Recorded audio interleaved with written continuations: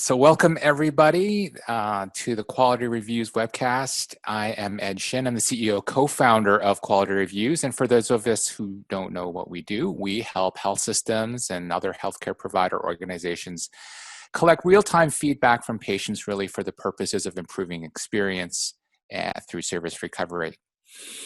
It is my honor and pleasure to introduce today's speaker, who is Dr. Regina Herzlinger. And Professor Herzlinger is the Nancy R. McPherson Professor of Business Administration at Harvard Business School. And Dr. Herzlinger was the first woman to be tenured and chaired at Harvard Business School. So it is a true honor to have you. Welcome, Dr. Herzlinger, to our webcast. Great pleasure to be here. Thank you, Ed. Well, what I'd love to start off with is a little bit about your background. I am, really impressed, to say the least, of your pioneering spirit. Obviously, to be the first woman ever to be tenured at Harvard Business School says a lot. And obviously, you've overcome a lot of barriers to break through that glass ceiling.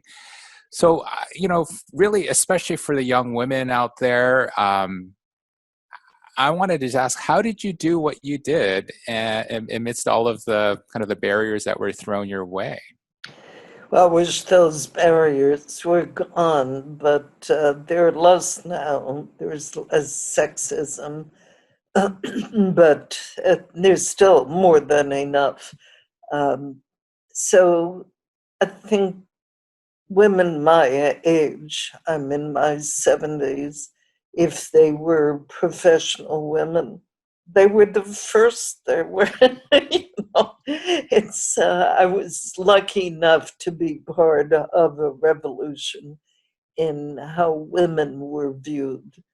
And every woman I meet who a judge or whatever it is, who has some sort of profession, and who's my age or older, she's the first. And I think what drove all of us is we were very intellectually curious.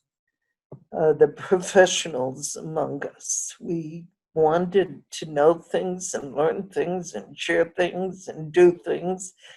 And if there were barriers in the way, some person regarded you as a secretary in the room or whatever, you can't let that stop your main goal, which is to fulfill your intellectual curiosity and your desire to improve the world in some way.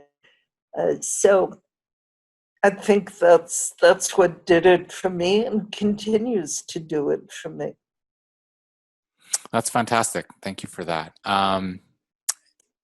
And I guess, more out of selfishness, because as I mentioned earlier, I have a young daughter, but what words of advice do you have for young women today who are embarking on a career, whether it's in academia, whether it's in business, whether it's in sciences, arts? What kind of advice do you have for them? It's great. You can, is this glass half full or is it half empty? It's always half full. Not always. Sometimes you think, boy, I'd like to pour out whatever is in this glass, but fundamentally, you're fulfilling something important about you, your intellect, your emotions, your ability to speak, to be persuasive, and you should feel great about that. And if some view you as kind of strange or not so great, well, that's the way it is. Got it. Okay. One thing I think is very important in my profession is that it is good to get dispassionate feedback about your effectiveness. So if you're a manager, a 360 review of the people who surround you is a very effective means of calibrating yourself, understanding what you do well and what you might be able to do better. In my own profession, I take my student reviews very seriously. I learn from them. And I think in any walk of professional life, other than entrepreneurialism, where you get feedback from the market,